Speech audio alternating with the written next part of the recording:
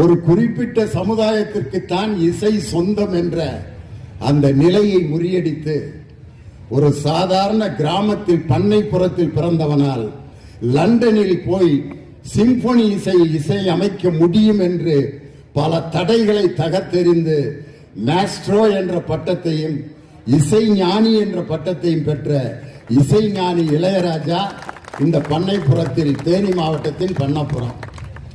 அதே மாதிரி ஒரு மிகப்பெரிய அறிஞனால், ஒரு மேனாட்டு அறிஞனால் கட்டப்பட்ட அருமையான இந்த மாவட்டத்தில் இருக்கக்கூடிய அந்த முல்லை பெரியாறு அணை, அந்த அணை ஒரு வரலாற்றை உருவாக்கக்கூடிய அணை. அதனால பல சிறப்புகளை எல்லாம் கொண்ட இந்த தேனி மாவட்டம் மத ஒற்றுமையின் அடையாளமாக இருக்கும் தேனி மாவட்டம். அப்படிப்பட்ட ஒரு நல்ல மாவட்டத்தில் இந்த 6வது நாள் புத்தக திருவிழாவை